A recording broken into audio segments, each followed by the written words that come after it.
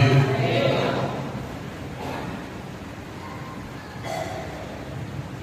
இந்த நாள் கர்த்தருடைய ஆவியானவர் நம்மோடு கூட இருக்கிறார். உங்கள் யாவருக்கும் இனிய புத்தாண்டு நல்வாழ்த்துக்களை தெரிவித்துக் கொள்கிறேன். ஒருவேளை ஒரு சில இடத்துல பொங்கல் வாழ்த்துக்கள் சொல்லுவாங்கன்னு எனக்கு தெரியாது. கர்த்தருடைய பிள்ளைகள் அதை செய்ய மாட்டாங்க அப்படின்னு சொல்லி நான் விசுவாசிக்கிறேன். அல்லேலூயா. கர்த்தர் நல்லவர், அவர் கிருபை என்று உள்ளவர். அல்லேலூயா. அந்த பக்கத்தில் இருக்கிற பார்க்க நல்லா தெரியுங்களான்னு நினைக்கிறேன். அல்லேலூயா. என்ன முடிச்சு பாருங்க. ஒருவேளை சொல்றாங்க, நீங்க தான் புதுசா வந்துருக்கீங்க, நாங்கள் உங்களுக்கு பார்த்து கேட்டுக்கிறவங்க தான் அப்படின்னு ஒருவேளை நீங்க மனசுல நினைச்சுக்கலாம். பரவாயில்ல, கர்த்தருக்கு ஆசீர்வதிப்பார், தேவனுடைய நாமத்திற்கு மகிமை உண்டாகும். நானுடைய சபையாரையும் சபையுடைய ஊழியர்களுடைய குடும்பத்தையும் இந்த சபையுடைய கமிட்டி மெம்பர்ஸ் ஒவ்வொருவரையும் என்னுடைய ஆண்டவர் ரட்சகருமாய் இருக்கிற இயேசுவின் நாமத்தினாலே நான் வாழ்த்தி ஆசீர்வதிக்கிறேன். கர்த்தருடைய கிருபை அவர்களோடு கூட இருக்கிறது. ஆமென். இன்னைக்கும் நாம் கர்த்தருடைய வார்த்தையிலிருந்து நாம் தியானிக்க போகிறோம். என்னோடு கூட மத்தேயு எழுதின சுவிசேஷம் 17ஆம் அதிகாரம் 24ஆம் வசனம் முதல் 27ஆம் வசனம் வரைக்கும் யாராவது ஒரு வாசிக்கலாம்.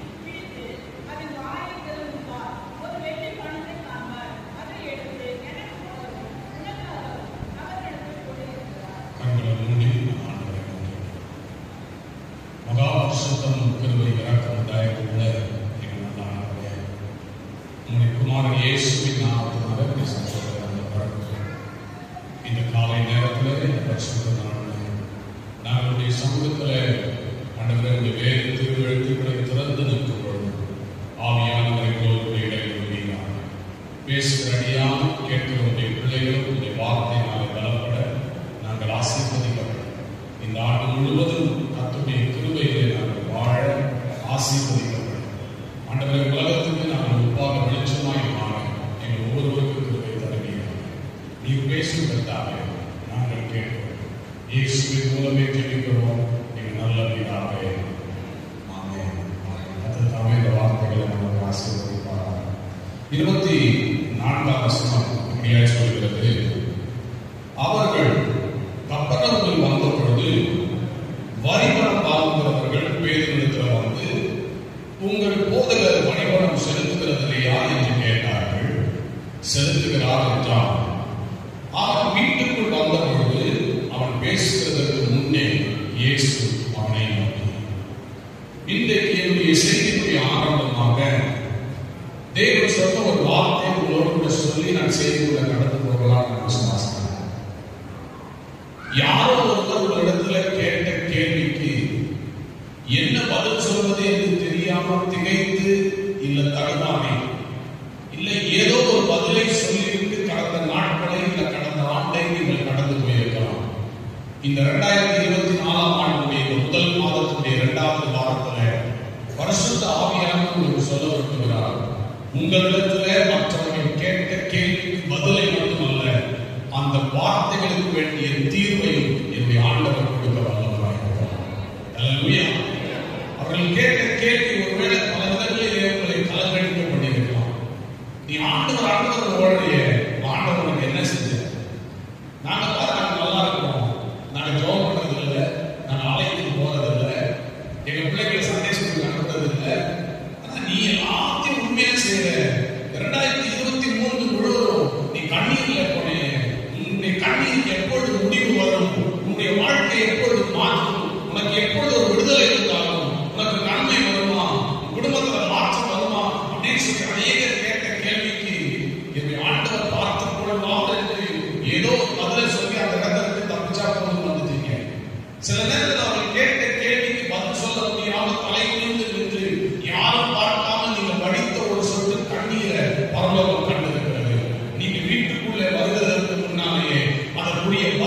தீர்வை வைத்திருக்கிறேன் ஆண்டவர். பேதுரு வீட்டுக்குள்ளே வந்த மாத்திரத்துல அவனை பார்த்து அவன் எதுவும் சொல்லாமல் ஆண்டவர் அவனை பார்த்து பேசினார். ஒருவேளை இன்னைக்கு இந்த செய்தியை கேட்டுக்கொண்டிருக்கிற நீங்க சொல்லலாம், ஆமா உண்மையில அப்படிதான் நடந்தது. ஆனால் இந்த கர்த்தருடைய வீட்டுக்குள்ள வந்திருக்கிற உங்களுக்கு ஒரு பதிலையும் அந்த பதிலோடு கூட சேர்த்து தீர்வையும் கொடுத்து இந்த இடத்திற்கு நீங்க கடந்து செல்லும் பொழுது என்னுடைய ஆண்டவர் உங்கள் வாழ்க்கையில் ஒரு மாற்றத்தை கொண்டு வர போகிறார். அல்லேலூயா, அல்லேலூயா. நிச்சயமா கர்த்தர் அதை செய்வார் நான் விசுவாசிக்கிறேன். இந்த 2024 ஆண்டுல கர்த்தர் உங்களுக்கு மேன்மையானதை, உச்சிதமானதை, சிறந்ததை கர்த்தர் கொடுத்து உங்களை கனப்படுத்துவார். அல்லேலூயா. நான் ஸ்கூல்ல படிக்கிறனால நிறைய பேர் சொல்லியிருப்பாங்க, தமிழ் சரியாவே பேச முடியாது அப்படின்னு சொல்லியிருப்பாங்க. ஏன்னா என்னுடைய தாய்மொழி மலையாளம், நான் வீட்டில் மலையாளம் தான் பேசுவேன். ஆனால் கர்த்தருடைய பெரிதான கிருபையில இன்னைக்கு நான் தமிழ்ல பேசுறதை கேட்டு நான் மலையாளம் சொன்னா நிறைய பேர் சம்மதிக்க மாட்டாங்க. ஏன் தெரியுமா? நம்மோடு கூட இருக்கிற தேவன் நம்ம ஒரு நோக்கத்துக்காக நம்ம அழைத்திருக்கிறார்னா அந்த நோக்கத்தை நிறைவேற்றுவதற்கு உங்களுக்கு எனக்கு தேவையானது எதுவோ அதை தந்து நம்மை ஆசீர்வதிக்க, நம்மை மேன்மைப்படுத்த அவர் நல்லவரும், அவர் வல்லவரும், அவர் போதுமானவரும் இருக்கிறார். விசுவாசிக்கிறவங்க மட்டும் சத்தமா ஆமென் சொல்லுகிறாங்க. அல்லேலூயா. பேதுருவை பார்த்து ஒரு கேள்வி கேட்கிறாங்க, உங்கள் போதகர் வரிப்பணம் செலுத்துகிறது இல்லையா? வேறு பதில் எல்லாம் சொல்லிட்டு வந்துட்டான். 27ஆம் வசனத்தை வாசிக்கும் பொழுது அவனை பார்த்து இயேசு ஒரு காரியத்தாருடைய ஒரு தீர்வை அவனுக்கு சொல்லுகிறதை நான் பார்க்கிறேன். நாம் அவர்களுக்கு இடரெல்லாம் இல்லாதபடிக்கு நீ கடலுக்கு போ. எங்க போகணுமா? கடலுக்கு போ. பேதுருவை கர்த்தர் திரும்ப அவன் எதை விட்டு வந்தானோ அதே இடத்துக்கு அனுப்புகிறார். நீர்நிலைகள் நமக்கு தெரியும், குட்டைகள் இருக்கிறது, குளங்கள் இருக்கிறது, ஆறுகள் இருக்கிறது, நதிகள் இருக்கிறது, கடல் இருக்கிறது, பெருங்கடல் இருக்கிறது. இவைகள் அத்தனை இருந்தாலும் தண்ணீருக்கு பல உருவங்கள் இருக்கிறது, பல வடிவத்தில் இருக்கிறது. நான் என்ன விசுவாசிக்கிறேன்னா, நம்முடைய ஆண்டவர் எப்படிப்பட்டவர் தெரியுமா? ஒரு தேவனுடைய பிள்ளைய சாதாரணமான ஒரு காரியத்தை செய்து, ஒரு குட்டையில மீன் பிடிக்கிறது ரொம்ப ஈஸியான காரியம். ஒரு துண்டு இருந்தா குட்டையில இருக்கிற மீன் பிடிச்சிருக்கு. ஒரு குளத்துல இருக்கிற மீன் பிடிக்கிறது கூட கொஞ்சம் சுலபமான காரியம். ஆனா என்னுடைய ஆண்டவர் அவனை எங்க அனுப்புனார் தெரியுமா? கடலுக்கு அனுப்புனார். இன்னைக்கு நான் முதலாவது உங்களை பார்த்து ஆண்டவருடைய நாமத்தினால சொல்லுவேன், யாராவது உங்களை பார்த்து ஆண்டவர் எனக்கு செய்ய சொன்னார் அப்படின்னு சொல்லிட்டு சின்ன ஒரு காரியத்தை சொன்னார்னா எனக்கு ஒரு நம்பிக்கை குறைவு அந்த காரியத்தில் இருக்கு. ஏன்னா எனக்கு ஆண்டவர் சின்ன காரியத்தை செய்ய ஒரு நாளும் சொல்ல வேண்டும். அவருடைய திட்டங்கள் எப்போ பெரிய திட்டங்கள், பெரிய இடத்துல அனுப்புவார்கள். நீங்களும் நானும் நடக்கினா இதுவரைக்கும் குட்டையில கூட நான் மீன் பிடிச்சது இல்லை, என்ன போய் கடலுக்கு அனுப்புனாருன்னா எப்படி மீன் பிடிக்க முடியும் அப்படின்னு நீங்க நினைச்சீங்கன்னா, இன்னைக்கு இயேசுவின் நாமத்தினால அவருக்கு அபிஷேகம் பண்ணப்பட்ட தேவனுடைய ஊழியக்காரனா இன்னைக்கு நான் சொல்றேன், இந்த 2024ஆம் ஆண்டுல இதுவரை நீங்கள் செய்ய முடியாத, செய்யக்கூடாத, முடியாத நீங்கள் ஒதுக்கி வைத்திருந்த பெரிய காரியங்களை செய்ய தனிப்பட்ட விதத்தில் குடும்பமாக சாவாக என்னுடைய ஆண்டவர் உங்களுக்கு உதவி செய்ய போகிறார். Hallelujah. You may say it is impossible. You may say it cannot happen. But God is setting you forth to do great things for God. அவருக்கு அந்த பெரிய காரியங்களை செய்யும்படியாக என்னுடைய ஆண்டவர் உங்களை அனுப்ப போகிறார். நீங்க சின்ன சின்ன காரியத்தை ஒருவரை யோசித்திருக்கலாம், சாதாரண காரியத்தை யோசித்துக் கொண்டிருக்கலாம். இதுவே என்னால செய்ய முடியாத, இதுலயே நான் தடுமாறி கொண்டிருக்கிறேன், இதுலயே என்ன செய்யறதுன்னு தெரியல, இதுலயே என்னால போக முடியல, இதுலயே போட்டதுக்கு நின்றுட்டு இருக்கிறேன். ஆனால் இந்த ஆண்டு பெரிய காரியங்களை உங்களை கொண்டு செய்ய வைக்க என்னுடைய ஆண்டவர் இன்னைக்கு தீர்மானம் பண்ணி இருக்கிறார். பக்கத்தில் இருக்கிற வாக்கு சொல்லுங்க, நீங்க பெரிய காரியத்தை செய்யுங்க. அல்லேலூயா. விசுவாசிக்கிறவங்க மட்டும் சொல்லுங்க, மற்றவங்களாம் சொல்லாது. நான் ஆண்டவரை பார்த்து ஆண்டவரை விசுவாசிக்கிறவங்க மட்டும் ஆசீர்வதிங்க. அப்பதான் உடனே சொல்லுவாங்க. நம்ம ஆட்களுக்கு அல்லேலூயா சொல்லுங்க அப்படின்னு சொன்னா மெதுவா சொல்லுவாங்க. உண்மையை அல்லேலூயா சொல்லுங்க, சத்தமா சொல்லுங்க அப்படின்னு சொன்னா அப்புறமா தான் சொல்லுவாங்க. அப்படின்னா இதுவரைக்கும் சொன்னது எப்படி இல்லை சொல்ல அர்த்தம். நம்ம விசுவாசிக்கும் பொழுது நம்முடைய இருதயம் நிறையும் போது நம்ம தெரியாம வாய் பேச தொடங்கும். என்ன பேச தொடங்கும்? கர்த்தர் என்னை கொண்டு பெரிய காரியத்தை, கடல் நடுவே பெரிய காரியத்தை கர்த்தர் செய்ய போறார். சாதாரண காரியம் இல்லை, பெரிய காரியத்தை கர்த்தர் என்னை கொண்டு அவர் செய்ய விரும்புகிறார். ஆமென். அல்லேலூயா. அப்ப பாருங்க, பேதுருக்கு வேண்டியது என்ன? நீ கொஞ்சம் நீங்க கூட பேசணும். பேதருக்கு வேண்டியது என்ன? பணம் தேவை. பணம் எங்க இருக்கும்? சொல்லுங்க, பணம் எங்க இருக்கும்? பேங்க்ல இருக்கலாம், வீட்டுல இருக்கலாம், எங்கதான் இருக்க முடியும்? பூமியில தான் இருக்க முடியும். பணம் எங்க இருக்காது? கடல்ல. மீனுக்கு சாப்பாடு வாங்குறதுக்கு பணம் வேண்டுமா? திமிங்கலத்துக்கு பணம் வேணுமா? ஏதாவது வாங்குறதுக்கு ஒண்ணும் தேவை. பூமியில இருக்கிற மனுஷனுக்கு தான் பணம் வேணும். அதனால பணம் இங்கதான் இருக்கும், பூமியில தான் பணம் இருக்கும். ஆனா ஆண்டவர் சொல்றாரு, உனக்கு வேண்டியது எங்க தெரியுமா இருக்கு? பூமியில இல்ல, கடவுள். நான் சொல்லுவேன் பிரியமானவர்களே, இன்னைக்கு உங்களுக்கு வேண்டியது எங்க மறைஞ்சிருக்குதோ, உங்களுக்கு வேண்டியது எங்க ஒழிக்கப்பட்டிருக்கிறதோ, அந்த இடத்துல இருந்து உங்க கைக்குள்ள அந்த ஆண்டவர் டிரான்ஸ்ஃபர் பண்ணணும். சிலது நம்ம விசுவாசம் கம்மியா இருக்குது. எங்கேயோ ஒளிந்து கொண்டிருக்கிறத உங்க கைக்குள்ள கர்த்தர் மாற்றப்படும். ஆவிக்குரிய வாழ்க்கையில் நாம் புரிந்து கொள்ள வேண்டிய காரியம், நம்முடைய உலக பிரகாரமான அத்தனை ஆசீர்வாதமும் எங்க இருக்கு அப்படின்னு சொன்னா, வாசிக்கலாம். எபிரேயர் 1ஆம் அதிகாரம் 3ஆம் வசனம். எபிரேயர் 1ஆம் அதிகாரம் இல்ல 3ஆம் வசனம். சரி எபேசியர் 1ஆம் அதிகாரம் 3ஆம் வசனம். எபேசியர் 1ஆம் அதிகாரம் 3ஆம் வசனம்.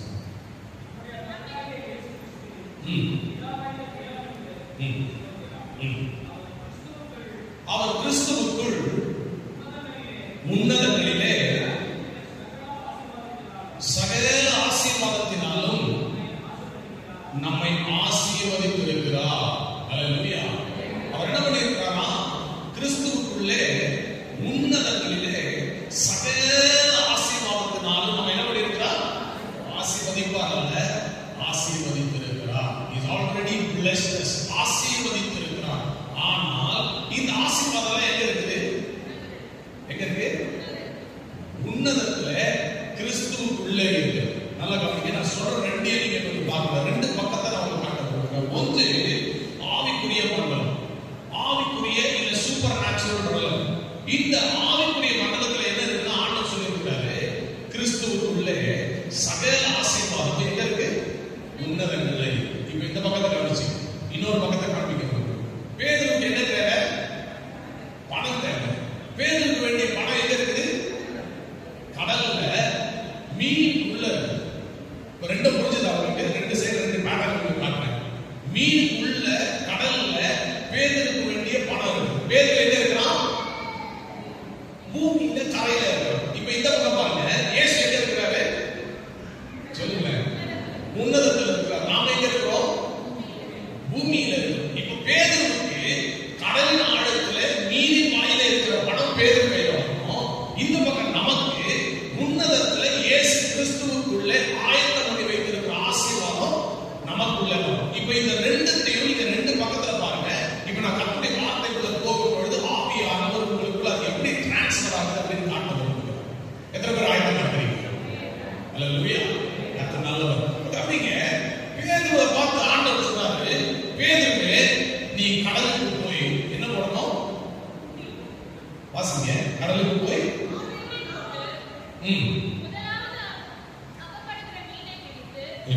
என்ன பண்ணணும்?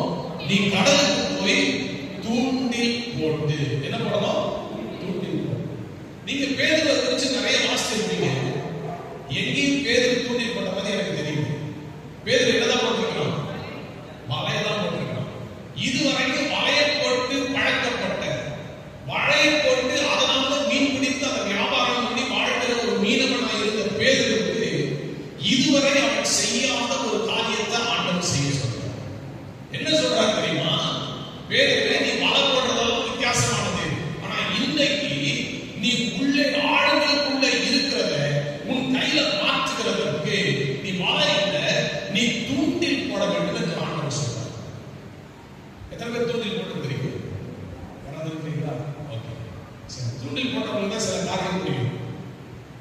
ஆழங்கள்ல இருந்து மீனை எடுக்கிறதுக்கு பல விதங்கள் இருக்குது. ஆனால் ஆண்டவர் ஒரு விதத்தை தெரிந்து கொண்டா அது என்ன விதம்னா தூண்டில் போடுகிற விதத்தை ஏனென்றால் ஆண்டவருக்கு வேண்டியது எல்லா மீனும் கிடையாது. ஆண்டவருக்கு தேவையானது கடல்ல இருக்கிற பல வகையானது கிடையாது. ஆண்டவருக்கு தேவையானது ஒரு குறிப்பிட்ட மீன். ஆண்டவருக்கு தேவையானது தம்முடைய வார்த்தைக்கு கீழ்ப்படுகிற ஒரு மீன். ஆண்டவருக்கு தேவை தன்னுடைய சத்தத்துக்கு செவிமடுக்கிற ஒரு மீன். இன்றைக்கு இயேசுவின் நாமத்தினால நான் சொல்றேன், உங்களுக்கு தேவையான அந்த ஒன்றை உங்கள் கரத்தில் கிடைக்கப்படுகிறதற்கு ஏற்கனவே ஆண்டவர் கட்டளை இருக்கிறார். அது உங்களை தேடி வருகிற நாட்களில் நீங்க இருக்கிறீங்க. இந்த 2024ஆம் ஆண்டு நீங்க எதை இவ்வளவு காலமாய் தேடிக் கொண்டிருக்கிறீங்களோ அது உங்களை தேடி வரும்படி ஆண்டவர் கிருபை செய்கிறார். இங்க உங்களுக்கு கடலுக்குள்ளே அனுப்பி உங்களுடைய விசுவாசத்தினால இதுவரைக்கும் நீங்க பெற்றுக்கொள்ள முடியாமல் இருந்ததை உங்கள் கரத்தில் பெற்றுக்கொள்ளும்படி ஆண்டவர் வழிகளை திறந்து கொண்டிருக்கிறார். தூண்டில் போடுறது ரொம்ப ஈஸியான காரியம் கிடையாது, கஷ்டமான காரியம். நான் சின்ன பையனா இருக்கும்பொழுது நாங்கள் கடற்கரையில எங்க வீடு இருந்தது. அப்ப எங்க சொந்தக்காரங்க ஒருத்தர் ஒரு நல்ல ஒரு ஃபிஷிங் ராட் கொண்டு வந்தாங்க. வெளிநாட்டுல இருந்து வந்த போது எனக்கு ஒரு தம்பி என்னோட 6 வயசு குறையும். நாங்க 2 பேரும் கடல்ல மீன் பிடிக்க போனோம். அந்த கரையில பாத்தீங்கன்னா பெரிய ஒரு ரோடு மாதிரி நடுவில் போட்டுருக்காங்க. அந்த போட்டு போகிறதுக்கு அந்த தூண்டில் வலை அப்படின்னு சொல்லுவாங்க. அந்த இடத்துல இருந்து நிறைய பேர் மீன் பிடிக்கிறாங்க. நாங்களும் போய் அந்த தூண்டில் போடுறோம். 2 மணி நேரமா தூண்டில் போட்டுருக்கோம். ஒரு மீன் கூட மாட்டல. எங்களை பார்த்து ஒரு பெரியவர் கிட்ட வந்து கேட்டாரு, தம்பி என்ன பண்றீங்க அப்படின்னு கேட்டாங்க. தூண்டில் போடுறோம் ஐயா அப்படின்னு சொல்லி. தூண்டில் போடுறோம்னு சொன்ன உடனே கொஞ்சம் அந்த தூண்டில் இழுத்து காட்டுங்க அப்படின்னா தூண்டில் இழுத்து காட்டணும். அதுல ஒரு பெரிய முள். அவர் சொன்னாரு, தம்பி இவ்வளவு பெரிய முள்ளெல்லாம் இங்க போடக்கூடாது, இந்த முள்ளெல்லாம் நடுக்கடல்ல போட வேண்டியது. இங்க எல்லாம் சின்ன சைஸ்ல போட்டாதான் மீன் கிடைக்கும். ஏன்னா இங்க இருக்கிறதெல்லாம் சின்ன மீன் இருக்கும். அது மட்டும் இல்லை, இங்க பாறைகள் இருக்கிறதுனால நீங்க போடுற தூண்டில் அளவு போடணும். ஆகவே சின்ன மீனை தான் நீங்க பிடிக்கணும்னா சின்ன தூண்டில் போடணும். அடுத்தது அவர் சொன்னாரு, நீங்க தூண்டில் போட்டா மீன் கிடைக்காதுப்பா. தூண்டில் என்ன போடணும், அதுக்கு வேண்டிய இறை ஏதாவது நீங்க போடணும். அந்த மீன் வந்து அகப்படக்கூடிய அளவுக்கு இறை ஏதாவது அந்த தூண்டில் உள்ள இருந்தாலும் அந்த தூண்டில்ல மீன் வந்து அகப்படணும். அப்பதான் எங்க மண்டைக்கு பிடிச்சது. நாங்க என்ன போட்டிருக்கிறோம் இது வரைக்கும், வெறுமையான தூண்டில போட்டிருக்கோம். நிறைய பேர் கர்த்தருடைய பிள்ளைங்க உன்னதத்துல தேவன் ஆயத்தம் பண்ணி வைத்திருக்கிற சிலையில நமக்கு டிரான்ஸ்பர் பண்றதுக்கு, நமக்கு ஒரு பரிமாற்றம் பண்ணி கொடுக்கிறதுக்கு, நாம் அதை எடுத்துக் கொள்கிறதுக்கு முயற்சி செய்து கொண்டிருக்கிறோம். ஆனால் நம்முடைய தூண்டில்கள் காலியாக இருக்கிறது. நம்முடைய தூண்டில்களை வெறுமனே போட்டுக் கொண்டிருக்கிறோம். ஏதோ வந்து அதை பிடிக்க கூடாத அளவுக்கு, ஏதோ வந்து அகப்படக்கூடாத அளவுக்கு நம்முடைய விசுவாசமோ நம்முடைய ஜெபமோ நம்ம ஆண்டவரை தேடுகிறதோ உண்மை இல்லாததோ ஏதோ வந்து நம்ம போடுகிறது சரியா இல்லாதபடியினால கர்த்தர் நமக்கு ஆயத்தம் பண்ணியிருக்கிற ஆசீர்வாதம் அருகில வந்தால் அகப்படாத அளவுக்கு நம்மை விட்டு கை நழுவி போய்கொண்டே இருக்கிறது. இந்த காலையில அப்படி கை நழுவி போய்கொண்டிருக்கிற சிலதை கர்த்தர் சீர்படுத்தி உங்களிடத்துல கிடைக்கும்படியாக தேவையானது அந்த முள்ளில வைக்கிறதற்கு இன்றைக்கு ஆவியானவர் உங்களோடு கூட இடைபெறுவாராக. ஆவியானவர் உங்களோடு கூட பேசுவாராக. அல்லேலூயா. இப்ப பேருக்கு தூண்டல போடணும். இப்ப என்னுடைய கேள்வி என்ன தெரியுமா, நான் நேரத்தை வாசிப்ப சும்மா வாசிக்க மாட்டேன், நிறைய கேள்வி நான் கேட்பேன். என்னுடைய கேள்வி என்ன தெரியுமா, ஆண்டவர் தூண்டில் போட்டு சொன்னாங்க, சைஸ் சொன்னாரா, இல்ல இறைய போடுன்னு சொன்னாரா, இல்ல ஒருவேளை பேருக்கு அதெல்லாம் தெரியும் அப்படின்னு விட்டுட்டாரா? எது எப்படியா இருந்தாலும் ஆண்டவர் சொன்னா அது வெறுமனே போட்டா கூட கிடைக்கும். ஒரு முறை ஒரு சகோதரி இடத்துல கேட்டாங்க, ஐயா நீங்க யோனாவுடைய புத்தகம் வாசிச்சிருக்கீங்களான்னு கேட்டாங்க. வாசிச்சிருக்கேன். நீங்க உண்மையா நம்புறீங்களா யோனாவை அந்த பெரிய மீன் வந்து என்ன பண்ணுச்சு, விழுங்கிடுச்சு? எத்தனை நாள் கழிச்சு அவரை கொண்டு போய் வெளியே தூக்கிச்சான்? 3 நாள் கழித்து அவரை கொண்டு போய் கரையில என்ன பண்ணுது, வாந்தி பண்ணி உமிழ்ந்து போட்டு விட்டது. நீங்க உண்மையிலே நம்புறீங்களா 3 நாள் அந்த யோனா மீனின் வயிற்றுல இருந்து ஜீர்ணிக்காம உயிரோட அவன் வெளியே வந்திருப்பான், நீங்க நம்புறீங்களா அப்படின்னு சொல்லி என்கிட்ட கேட்டாங்க. எத்தனை பேர் அப்படி நம்புறீங்க? சில வேண்டாம் அப்படிங்கிற மாதிரி கைப்படுற மாதிரி தெரியும். நான் எல்லாம் தாழ்மையோடு சொல்வேன். நான் அந்த சகோதரிகளை எப்படிதான் பதில் சொன்னேன். மீன் யோனாவை விழுங்கி 3ஆவது நாள் அவனை கொண்டு போய் கரையில போட்டது என்பதை மட்டுமல்ல, ஒருவேளை என்னுடைய வேதம் யோனாவது பெரிய மீனை விழுங்கி 3 நாள் கழிச்சு அவனை துப்பிட்டு வெளியே வந்தா அப்படின்னு சொன்னாங்க, நான் விசுவாசம். புரிஞ்சவங்க மட்டும் அப்படின்னு சொல்லுங்க. புரிஞ்சவங்களுக்கு ஸ்தோத்திரம், புரியாதவங்களுக்கு ஸ்தோத்திரம். அல்லேலூயா, அல்லேலூயா. ஏன் தெரியுமா? என் பேரை போய் சொல்லாது. கர்த்தருடைய வார்த்தை உண்மை, அது சத்தியம், அது மாறாதது. அதுல ஏதாவது சொல்லி இருந்தா அது நிச்சயமா நடக்கும். ஒருவேளை அந்த பேர் தூண்டில சும்மா போட்டாலும், அது இறைய போட்டு போட்டாலும், எப்படி போட்டிருந்தாலும் ஆண்டவருடைய வார்த்தையின்படி அவர் செய்தபடினால அந்த மீன் நிச்சயமா வந்திருக்கும் அப்படின்னு சொல்லி நான் விசுவாசிக்கிறேன். அல்லேலூயா. இன்னைக்கு உங்களுக்கு நீங்க ஒருவேளை 2023 வரைக்கும் காலியான தூண்டில நீங்க போட்டிருந்தேன் அப்படின்னு நீங்க விசுவாசிக்கிறீங்களா? நான் ஆண்டவருக்கு கொடுக்க முடிந்த அளவை என்னால கொடுக்க முடியல, என்னுடைய விசுவாசம் இருக்கிறது, ஆனா கொடுக்க முடிந்த அளவை என்னால கொடுக்க முடியல, காலியா என் தூண்டில் இருந்து நீங்க நினைக்கிறீங்களா? உங்களுக்கு இருந்தால் உங்களுக்கு வேண்டிய ஆசீர்வாதத்தை கர்த்தர் நிச்சயமா தருவார். அல்லேலூயா. இந்த தூண்டில போட்டா, தூண்டில போட்ட பொழுது வேதம் சொல்லுகிறது, ஆண்டவர் சொல்றாரு, முதலாவது அகப்படுகிற மீன். அல்லேலூயா. தூண்டில் போட்டதுக்கு மேல அவங்க கிட்ட கேட்கணும். தூண்டில போட்டா நம்ம என்ன பண்ணுவோம்? தூண்டில தண்ணியில போட்டோம், என்ன பண்ணுவோம்? காத்திருக்கணும். அல்லேலூயா. காத்திருக்கிறது மட்டுமல்ல, தூண்டில் போட்டு பழக்கப்பட்டவங்களுக்கு தெரியும், அவங்க என்ன பண்ணுவாங்கன்னா பக்கத்துல யாரையும் சத்தம் போட மாட்டாங்க. பார்த்துருக்கீங்களா? ஏன் சத்தம் போட விட மாட்டாங்கன்னா, இந்த சத்தத்தை கேட்டு மீன் வராது. இந்த சத்தம் அதிகமா இருக்குதுன்னா மீன் வராது. அதனால யாராவது பக்கத்துல பேசுற என்ன சொல்லுவாங்க? சைலன்ஸ். ஸ்கூல்ல டீச்சர் சொல்லுவாங்கல்ல, சைலன்ஸ் அப்படிங்கிற மாதிரி தூண்டில் போட்டுக்கிறவங்க என்ன பண்ணுவாங்கன்னா யாரையும் பேச விட மாட்டாங்க. 2023 வரைக்கும் விசுவாசத்துல நீங்க தூண்டில போட்டிருக்கிறீங்க. ஆனா என்ன பண்ணிட்டோம் தெரியுமா? நம்ம சுத்தி இருக்கிற நிறைய பேர் பேசுறதுக்கு நம்ம அனுமதிச்சோம். என்ன பேசுறது தெரியுமா? நீ ஜெபம்னாலும் நடக்காது, எவ்வளவு நாள் ஜெபம் பண்ணி சொல்ற, நீ எல்லாம் உங்ககிட்ட பணம் இல்லை, உங்ககிட்ட திருமணத்தினால நடத்த முடியாது, உன்னால வீட்டை கட்ட முடியாது, உன் பிள்ளைகள் எல்லாம் படிக்க மாட்டாங்க, உன் வாழ்க்கை ஆசீர்வாதமா இருக்காது. நீங்க என்ன சொல்லணும்? என்ன சொல்லணும் சொல்லுங்க? அமைதியா. எனக்கு தெரியும், ஏன்னா என் ஆண்டவர் வாக்கு பண்ணி வைக்கிறார். விசுவாசிக்கிறவங்க மட்டும் சவுடைய வாயை அடைக்க வேண்டிய ஆண்டு இந்த ஆண்டு. சிலர் நல்லதாக கூட பேசலாம், ஆலோசனை சொல்றதாக கூட சொல்லுவாங்க. நீ இப்படி எல்லாம் செய்யாத, அப்படி செஞ்சுப்பாரு, இப்படி செஞ்சுப்பாரு. நீங்க என்ன தெரியுமா சொல்றோம்? ஆண்டவர் எனக்கு சொல்லி இருக்கிறார், அவர் சொன்னபடியே நான் செய்வேன். என் வாழ்க்கையில நிச்சயமா அற்புதம் நடக்கும், என் பிள்ளை வாழ்க்கை மாறும், என் குடும்பம் கட்டப்படும், நாங்கள் மேன்மையாக இருப்போம். கர்த்தருடைய தயவினாலே, அவருடைய கிருபையினாலே இந்த 2024 ஆண்டு நாங்கள் பெரிய காரியத்தை, மேன்மையான காரியத்தை நாங்கள் பார்க்க போறோம். அல்லேலூயா. நீங்க யாரெல்லாம் பேச விட்டுருக்கிறீங்களோ அவங்க பேசி பேசி நம்மளும் சில நேரத்தில் அவங்க பேசுறதுக்கு என்ன சொல்லுங்க? ஆமாக்கா, கரெக்டா சொன்னீங்கக்கா, அண்ணே கரெக்டா சொன்னீங்க, நீங்க சொன்னது கரெக்ட், நானும் தெரியாம தான் இவ்வளவு நாள் ஜெபம் பண்ணிட்டு இருந்தேன். நீங்க சொன்ன போதுதான் புரியுது, எனக்கு லஞ்சம் கொடுத்திருந்தா எப்பயோ முடிஞ்சிருக்கும். இது சொல்றாங்களா? சொல்லுங்க. இல்ல பேசாத, எனக்கு தெரியும் என் ஆண்டவர் செய்ய வல்லவராய் இருக்கிறார், என் ஆண்டவர் மாற்ற வல்லவராய் இருக்கிறார், என் ஆண்டவர் போதுமானவராய் இருக்கிறார். உலக நீதியை வச்சு அவர் செய்கிறவர் அல்ல, உலகத்துடைய வழிகளை வைத்து அவர் செய்கிறது அல்ல.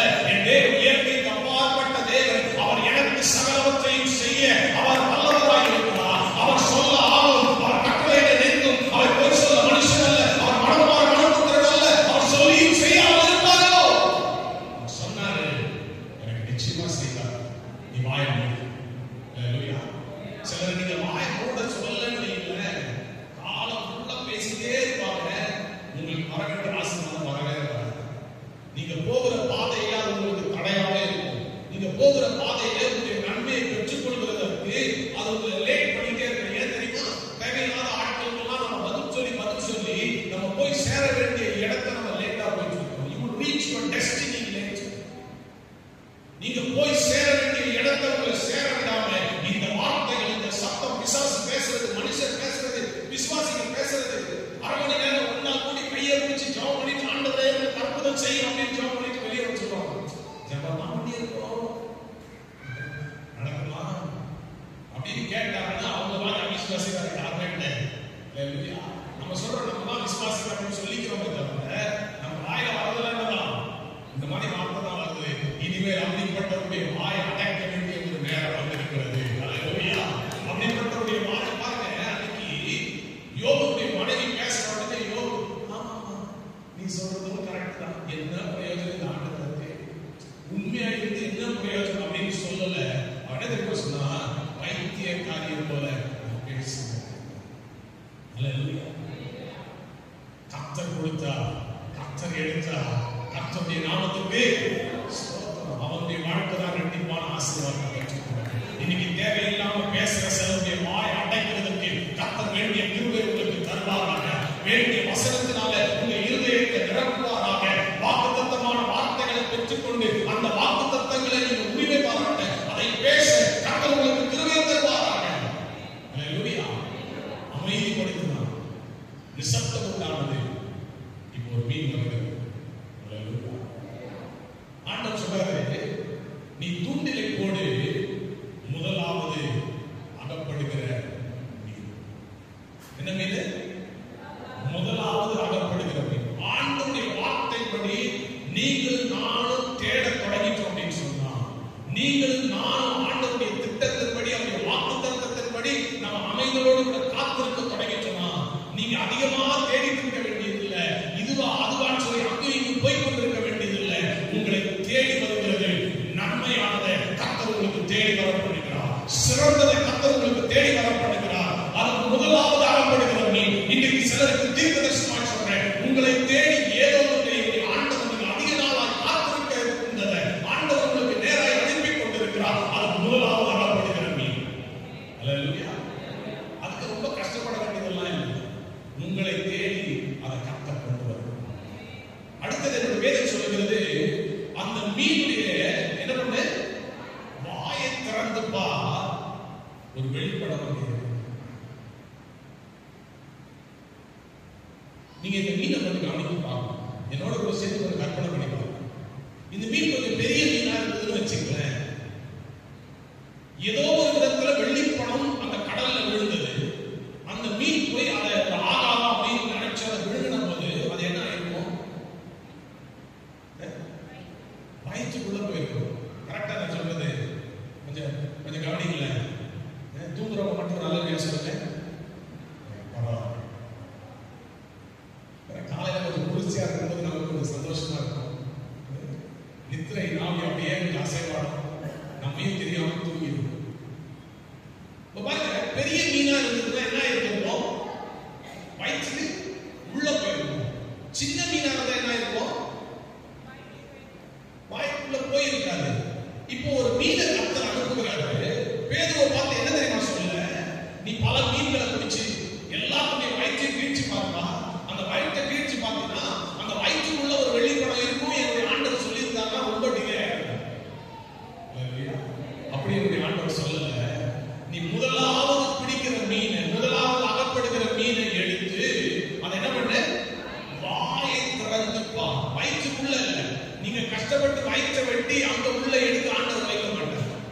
2 நாளாகமம் 20ஆம் அதிகாரத்துல நம்ம யோசபாத்தை குறித்து பார்க்கிறோம். அவனுக்கு எதிராக 3 ராஜாக்கள் வருகிறார்கள். அவனுக்கு 3 ராஜாக்கள் வருகிறார். அவனுக்கு எதிராக யுத்தம் பண்ணுகிறதற்கு என்னுடைய வேதம் சொல்லுகிறது, அவன் அத்தனை பேரை ஆண்டவர் என்ன பண்ணாராம்? சங்காரம் பண்ணினார். அத்தனை பேர் செத்து போனாங்க. என்னுடைய வேதம் சொல்லுகிறது, காலையிலே அவர்கள் சாமக்கூட்டண்டையில வந்து நின்று பார்த்தபோது அத்தனை பேர் உரிந்து போட்ட ஆடை ஆபரணங்களும் அதை அவர்கள் எடுத்தார்கள். எத்தனை நாள் எடுத்தாங்கன்னா 3 நாளாய் அதை எடுத்தார்கள். நீங்க வீட்டுல போய் 2 நாள் 20ஆம் அதிகாரம் வச்சுக்கோங்க. அவன் கழட்டி போட்டதை எடுக்கிறதுக்கே 3 நாள் தான். அவன் கழட்டாம விழுந்திருந்தானா அவன் கழுத்துல இருக்கிறது, காதுல இருக்கிறது, கையில போட்டிருக்கிறது எல்லாத்தையும் எடுத்து எத்தனை நாள் ஆயிருக்கும்? என்னுடைய ஆண்டவர் நாள் செஞ்சாருன்னா கரெக்டா செய்வார். எவ்வளவு தெளிவா சொல்லுங்க. அவர்கள் உரிந்து போட்ட ஆடை ஆபரணம். எனக்கு தெரியும், என் பிள்ளைகள் பயந்து போய் இருந்து ஒரு யுத்தத்துக்காக வராம என் பிள்ளைகளை கஷ்டப்படுத்த மாட்டேன். அவங்க சத்துருவே கழட்டி போடுவாங்க. இன்னைக்கு சிலரை பார்த்து ஆண்டவர் சொன்னாரு, மேற்கை பார்த்து வைக்கிறாரு என்று கிழக்கை பார்த்து போடு என்று சொல்லுகிற தேவன் உங்களுக்காக சிலவற்றை கழற்றி உங்களுக்கு ஈஸியா கட்ட கொடுக்க விரும்புகிறார். நீ போய் முயற்சி எடுத்து பிரயாசப்பட்டு கடினப்பட்டு ராமனும் பிரயாசப்பட்டு கிடைக்காம காலையில வந்து நின்ற பொழுது என்னுடைய ஆண்டவர் சொன்னார், வலது பக்கம் வலையை போடுன்னு சொன்னாரு. அவர்கள் வலை பிடியத்தக்கதாக மீன்களை பிடித்தது போல உங்களுக்கு நல்வாக்கிற கர்த்தருடைய கிருபை இந்த 2024ஆம் ஆண்டிலே உங்களுடைய பிரயாசங்களை கை கொடுத்து உங்களுடைய கரத்தின் கிரியைகளை ஆசீர்வதித்து நன்மை பாக்கியம் உண்டாகும்படி நீ அதை புசிக்க கர்த்தர் வாழ்க்கையில கிருபை செய்ய போகிறார்.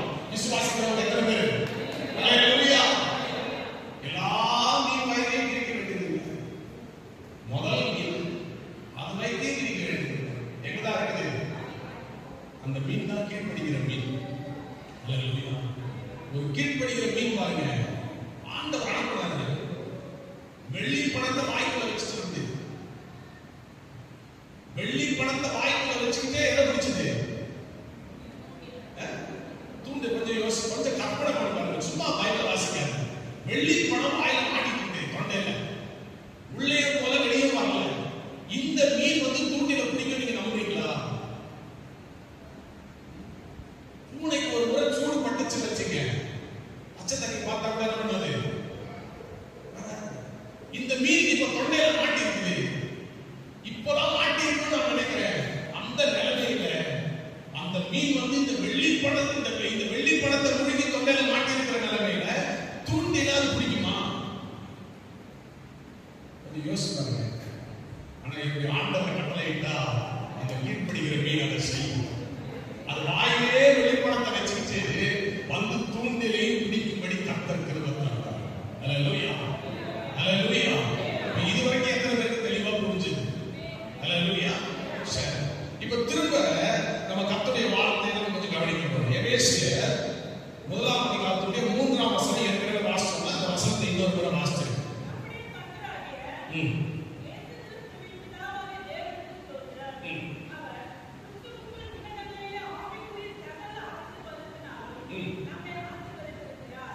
இப்ப பாருங்க, இப்ப நான் சொன்னது நீங்க அந்த சாராம்சம் உங்களுக்கு புரிஞ்சிருக்கும் அப்படின்னு சொல்லி நான் விசுவாசிக்கிறேன்.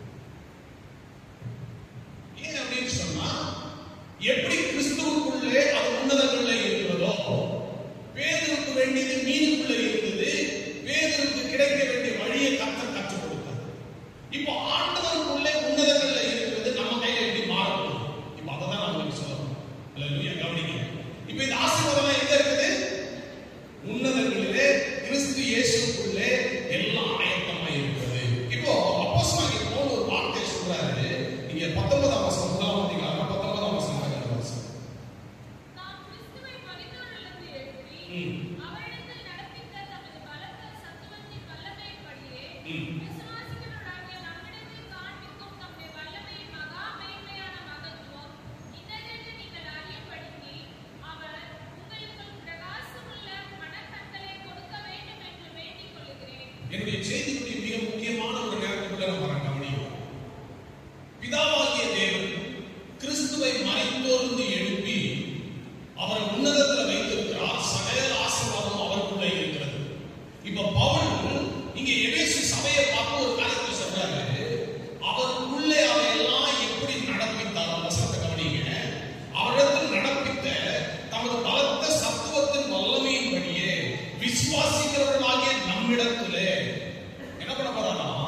கிறிஸ்துவுக்குள்ளே எதை நடப்பித்தாரோ விசுவாசிக்கிறவர்களாகிய தேவனுடைய பிள்ளைகளுக்குள்ளே அதை நடப்பிக்க அவர் வல்லவராயிருக்கிறார். எப்படி நடப்பிக்க போறாரு? கவனிங்க. இங்க வேதம் சொல்லுகிறது பாருங்க. தமிழத்தில் காண்பித்த தம்முடைய வல்லமை மகா மேன்மையான மகத்துவம் இன்னதென்று நீங்கள் அறியும்படிக்கு அவர்களுக்கு பிரகாசமுள்ள மனக்கண்களை கொடுக்க வேண்டும் என்று வேண்டிக் கொள்கிறேன். பவுல் என்ன தெரியுமா சொல்றாரு? கிறிஸ்துவை எழுப்பி என்ன பண்ணிட்டாரு? உன்னதங்களில் வைத்திருக்கிறார். அவருக்குள்ளே சகல ஆசீர்வாதம் இருக்கிறது. நீங்கள் அதை பெற்றுக்கொள்ள வேண்டுமே. ஆனால் அதே ஆசீர்வாதங்களை உங்களுக்கு நான் தர வல்லவராக இருக்கிறேன். நீங்க அதை விசுவாசிக்கிறதுக்கு என்ன வேணும் உங்களுக்கு தெரியுமா? மனக்கண்கள் திறக்கப்பட வேண்டும் என்று வேண்டிக் கொள்கிறேன். இன்னைக்கு என்னுடைய ஜெபம் என்ன தெரியுமா? இங்கே வந்திருக்கிற அத்தனை பேருடைய ஆவிக்குரிய கண்களை என்னுடைய ஆண்டவர் திறக்க வேண்டும். எனக்காக கர்த்தர் ஆயத்தம் பண்ணி வைத்திருக்கிறது எங்கே இருக்கிறது?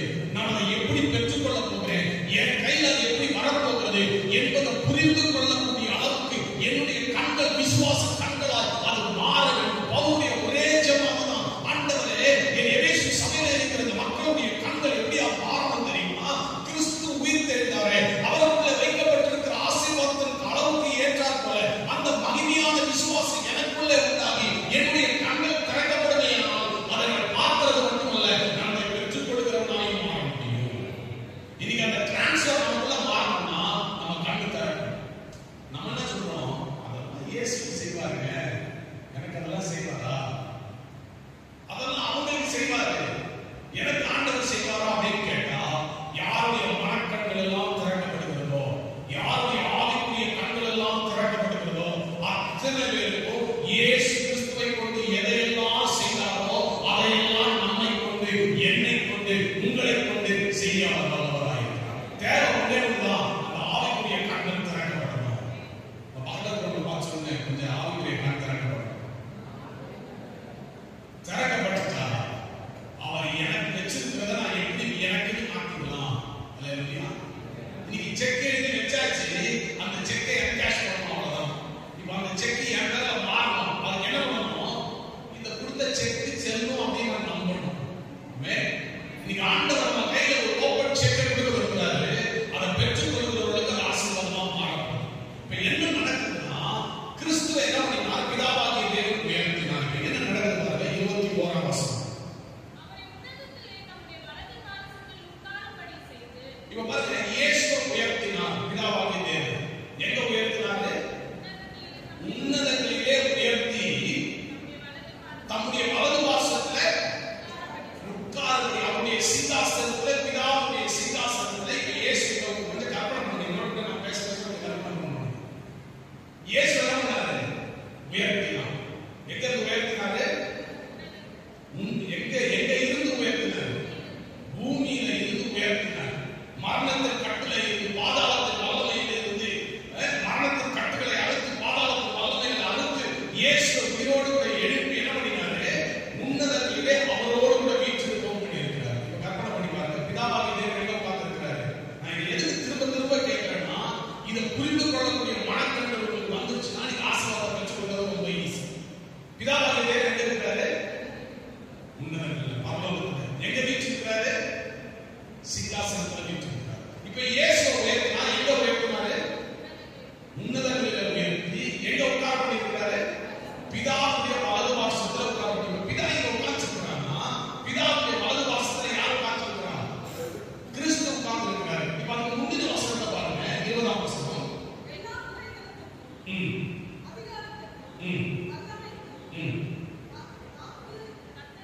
கர்த்தருக்கும் இம்மைக்கு மாத்திரமல்ல மறுமையிலும் பேர் பெற்றிருக்கும் எல்லா நாமத்துக்கும் மேலான நாமம் தரப்படாராம் அவர் கொடுத்தார். கிறிஸ்துவ உயர்த்தி சகல அதிகாரங்களும், சகல துறைத்தரங்களும், சகல கர்த்தத்துவங்களும் அவருடைய பாதத்தின் கீழே இருக்கும்படியாக எல்லாவற்றையும் அவருடைய பாதத்தின் கீழே வைத்தார். இப்ப 23ஆம் வசனத்தின் வசனம்.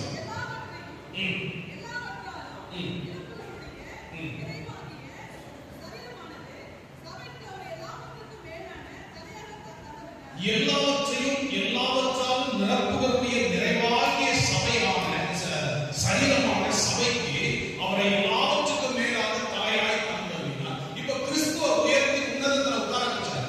அவருடைய பாதத்தின் கீழே எல்லாத்தையும் வச்சார். இதெல்லாம் எதுக்காக வச்சார் அப்படின்னு வேற சொல்லுவாரு. யாருக்காக வச்சாரா?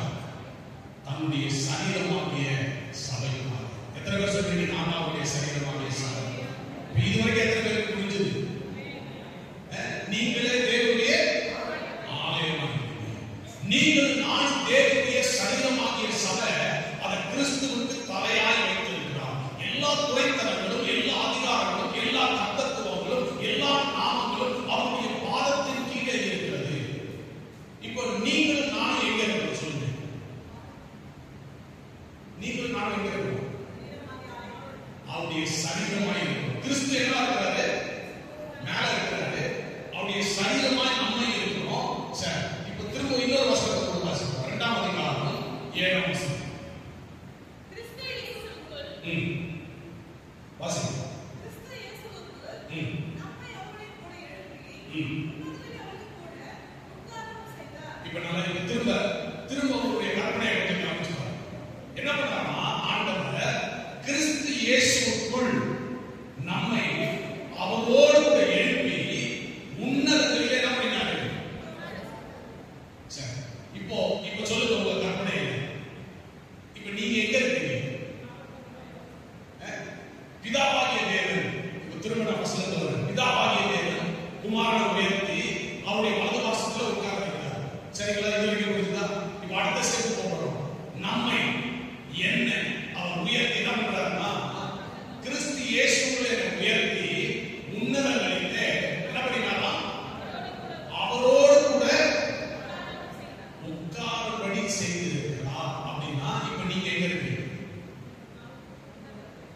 சொல்லுங்க. உன்னதங்களிலே அவரோடு கூட வீற்றிருக்கிறோம். பிதாவுடைய வலது வாசத்திலே இயேசு வீற்றிருக்கிறது போல இயேசுக்குள்ள நீங்க அவரோடு கூட நீங்க வீற்றிருக்கிறீங்க. ஹல்லேலூயா. புரியவங்க மட்டும் கரத்தை உயர்த்தி ஆண்டவருக்கு நன்றி சொல்லியிருக்கிறார். இப்ப நான் எங்க இருக்கிற உண்மையா? நான் பூமிக்குரிய மனுஷன் தான். பூமியில நான் வாழ்ந்து கொண்டிருக்கிறேன். ஆனா ஆவிக்குரிய விதத்துல என்னைக்கு ஒரு ஆவிக்குரிய மனுஷனா நான் ரட்சிக்கப்பட்டு அவரோடு கூட மரணத்தில் அடக்கம் பண்ணப்பட்டு அவரோடு கூட ஞானஸ்நானத்தில் அடக்கம் பண்ணப்பட்டு அவரோடு கூட நான் எழுந்திருக்கிறேனோ என்ன என்ன பண்றாருன்னா பூமிக்குரிய மனுஷனா நான் இருந்தாலும் என் ஆவிக்குரிய நிலைமையை அவர் உயர்த்தி உன்னதங்களிலே அவருக்குள்ளே அவரோடு கூட என்னை உட்காரவும் செய்திருக்கிறார். இப்ப செய்தியாகல இப்ப 1 அதிகாரம் 3 வசனத்துல என்ன வாசிக்கிறோம்? கிறிஸ்துவுக்குள் உன்னதங்களிலே ஆவிக்குரிய சகல ஆசீர்வாதங்களினாலும் நம்மை ஆசீர்வதித்திருக்கிறார். இப்ப ஆசீர்வாதம் எங்க இருக்குது? உன்னதத்திலே கிறிஸ்துவுக்குள்ள இருக்கு. நீங்களும் நானும் எங்க இருக்கிறோம்? உன்னதத்திலே கிறிஸ்துவுக்குள்ள அவரோடு. அப்படின்னா இந்த ஆசீர்வாதங்கள் எல்லாம் எங்க இருக்கு? சொல்லுங்க, கரெக்டா சொல்ற மாதிரி இருக்கு. நமக்கு தான் இருக்கு. ஹல்லேலூயா. இன்னைக்கு நாம என்ன பண்ணிட்டு இருக்கோம்? இந்த ஆசீர்வாதங்களை தேடி அலைந்து கொண்டிருக்கிறோம். ஆனா இன்னைக்கு நம்முடைய ஆவிக்குரிய கண்கள் மட்டும் திறக்கவே ஆனால் நான் அந்த ஆவிக்குரிய சகல ஆசீர்வாதங்கள் உலக பிரகாரமான ஆசீர்வாதங்கள் இன்மைக்கு மாத்திரமல்ல மறுமைக்குரிய ஆசீர்வாதங்கள் எல்லா துறைத்தனங்களுக்கு அதிகாரத்துக்கு நான் மேற்பட்டவன். சகலம் இயேசு கிறிஸ்துவின் பாதத்துக்கு வைக்கப்பட்டிருக்கிறபடினால நான் அவருக்குள்ளே இருக்கிறபடினால அந்த ஆசீர்வாதங்கள் எல்லாம் என் பாதத்தின் கீழே இருக்கிறதை தவிர அவைகள் வேற எங்கேயும் இல்லை. இன்னைக்கு அதை பார்க்கிற கண்களை தேவனுடைய சபைக்கு கிடைக்குமே ஆனால் நம்முடைய வாழ்க்கை மாறிடும், நம்முடைய ஜெபம் மாறிடும், நம்ம விசுவாசம் மாறிடும், நம்ம வாழ்க்கை மாறிடும். இன்னைக்கு கவனிங்க, பேதருக்கு அந்த ஆழங்கள்ல இருந்த ஆசீர்வாதத்தை கொண்டு வருகிறதற்கு அந்த துண்டில் அகப்படுகிற ஒரு மீன் தேவையாக இருந்தது. பூமியில இருக்கிற மனுஷனுக்கு உன்னதத்துடைய ஆசீர்வாதத்தை நமக்கு கொடுக்கிறதற்கு அங்கே கீழ்ப்படுகிற ஒருவர் அவசியமாக இருந்தார். ஆகவே உன்னதத்தில் பிதாவுடைய வலது வாசத்தில் வீற்றிருந்தவர் தம்முடைய மகிமை ஒன்று பெரிய ஒரு பொருட்டாக எண்ணாம எனக்காக அவர் பூமியில இறங்கி வந்தார். எப்படி மீனானது அந்த துண்டில தன்னை மாட்டிக்கொள்ள தன் வாயை கிழிக்க ஒப்பு கொடுத்ததோ என்னுடைய ஆண்டவர் பூமியில வந்து எனக்காக அந்த சிலுவையில 3 ஆண்டுகளிலே தொங்கி எனக்காக அடிக்கப்பட்டு எனக்காக கிழிக்கப்பட்டு தன்னுடைய கடைசி சொத்து ரத்த வரைக்கும் எனக்காக சிந்தின பொழுது பூமியின் ஆழங்களிலே இருந்தவர்கள் எனக்கு சொந்தமாய் மாற்ற உன்னதங்களிலே எனக்கு ஆயத்தம் பண்ணி வைத்திருக்கிறவர்கள் எனக்கு சொந்தமாய் மாற என்னை பூமியில இருந்து உயிரோடு அவரோடு கூட எழுப்பி சகலவற்றிலும் என்னை உரிமையாளராக மாற்றினார். எத்தனை பேருக்கு புரிஞ்சுது? ஹல்லேலூயா. இன்னைக்கு பிரசங்கத்துல யாராவது கேட்டாங்கன்னா என் ஆண்டவர் உன்னதத்தை எழுப்பி உட்கார வச்சிருக்கார். ஹல்லேலூயா. அதை நான் பெற்றுக் கொள்வதற்கு ஒரு மீன் கிழிக்கப்பட்டது போல என்னுடைய ஆண்டவர் கிழிக்கப்பட்டார், அவர் அடிக்கப்பட்டார், அவர் நொறுக்கப்பட்டார். நமக்கு சமாதானத்தை உண்டுவிடும் ஆக்கினை அவர் மேல் வந்தது. ஹல்லேலூயா. அவருடைய தழும்புகளால் நாம் குணமாகிறோம். ஹல்லேலூயா. அவருடைய தழும்புகள், அவருடைய வேறற்ற ரத்தம் அந்த பேருடைய கையில் அந்த வெளிப்படம் வருகிறதற்கு எப்படி வகை செய்ததோ அதுபோல எனக்காக மரித்த என்னுடைய ஆண்டவர் என் கையிலே எனக்கு வேண்டிய சகல ஆசீர்வாதத்தை கொடுக்கிறதுக்கு மகனே நீ பூமியில இருந்து அதை சுதந்திரித்துக் கொள்ள முடியாது. உன் ஆவிக்குரிய நிலைமையை நான் உயர்த்துகிறேன். இது பார்க்கக்கூடிய கண் மட்டும் உனக்கு வந்தா போதும். எத்தனை ஆசீர்வாதத்தை சுதந்திரித்துக் கொள்வார். நீங்க என்னோட பேர் விசுவாசிக்கிறீங்க. என்னுடைய காலத்தில் ஆண்டவர் ஆசீர்வாதத்தை தரப்போறார். நான் தேடி அலைய போவது இல்லை. அந்த துண்டில் ஏற்கனவே எனக்கு செய்ய வேண்டிய அத்தனை காரியங்களும் என்னுடைய ஆண்டவர் செய்து முடித்து விட்டார். ஹல்லேலூயா. எனக்காக வெள்ளி பணத்தோட ஒரு மீன் ஆயத்தமாகி விட்டது. எனக்காக காத்திருக்கிற ஒரு மீன் ஆயத்தமாகி விட்டது. வலையில போட்டா வலையில மாட்ட மீன் கிழிக்கப்படாது. பத்திரமா நான் தூண்டில போடுற ஒரு மீன் மாட்டுச்சு வைக்கிறேன், அது செடி கிழிக்காம இருக்க முடியாது, எடுக்க முடியாது. என்னுடைய ஆண்டவர் பூமியில வந்து மனுஷனா வாழ்ந்து அப்படியே அற்புதங்களை செஞ்சுச்சு அப்படியே பரவலை எடுத்துக்கொண்டு போகப்படல. அவர் சிலுவையிலே எனக்காக நொறுக்கப்பட்டார். பிதாவாகிய தேவன் அவரை கொடுக்கிறதுக்கு மனப்பூர்வமாய் ஒப்பு கொடுத்தார்.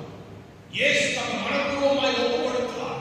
ஆகவே அவருடைய கீழ்ப்படிதலினால எனக்கு வர வேண்டிய சகல ஆசீர்வாதத்தையும் கர்த்தர் உன்னதத்தில் ஆயத்தம் பண்ணி வைத்ததை என்னை பூமியில இருந்து அப்படியே டிரான்ஸ்ஃபர் பண்ணி அங்கே இருக்கிறத நான் ஆயத்தம் பண்ணி வைத்துக் கொள்கிறதற்கு கர்த்தர் எனக்கு கிருபை தருகிறார். இன்னைக்கு விசுவாசிக்கிறவங்க என்னோட எழுந்து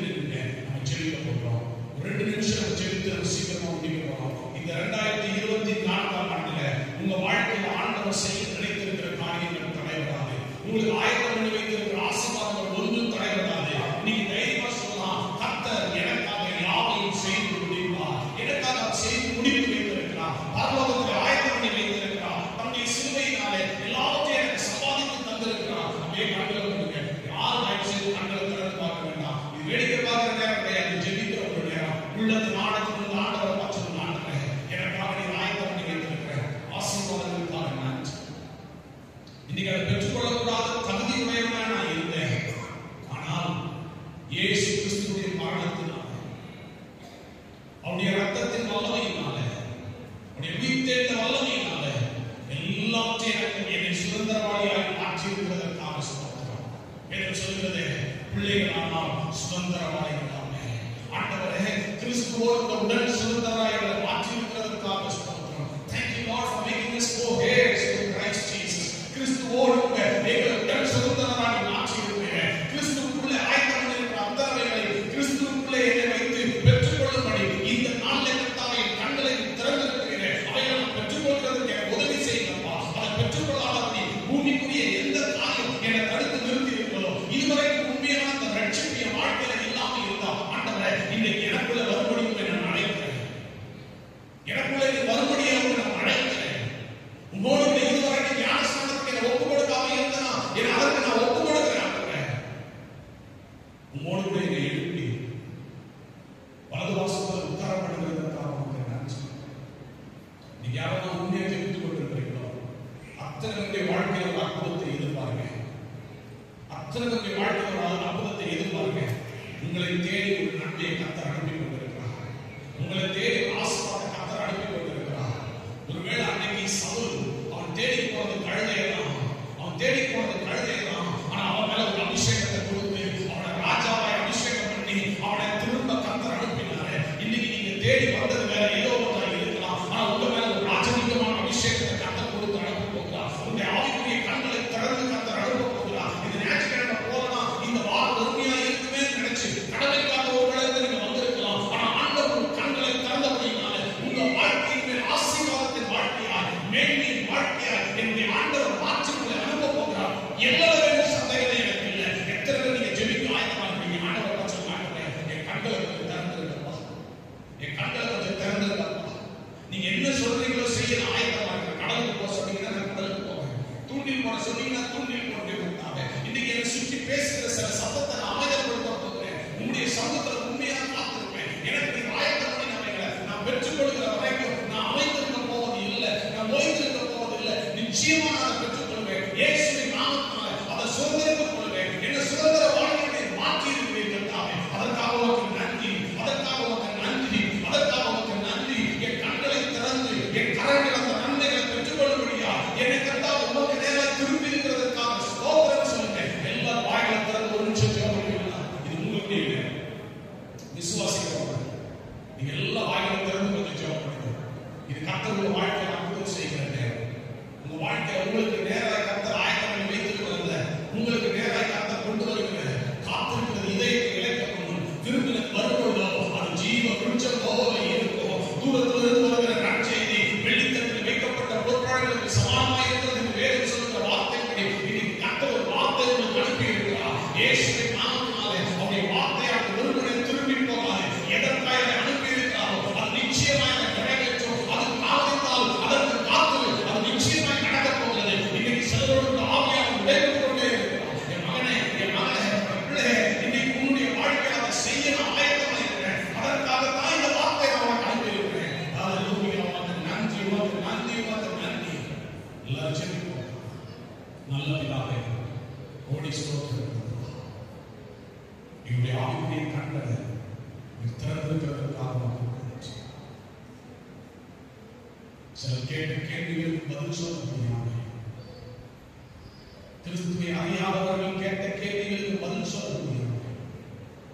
நாங்கள் கலங்கி போய் கண்ணீர் வடித்து அவமானப்பட்டு தலை குனிந்த நேரங்கள் உண்டு. ஆனால் அவர்கள் கேட்ட கேள்விக்கெல்லாம் என்னுடைய வாழ்க்கையுடைய ஆசீர்வாதமே, என் வாழ்க்கையுடைய நன்மையை ஒரு பதிலாய் மாறப்போகிறதற்காக சொல்றேன். அந்த ஆசீர்வாதங்களை அவர்கள் கேட்ட கேள்விக்கு பதிலாய் மாறப்போகிறதற்காக ஸ்தோத்திரம்.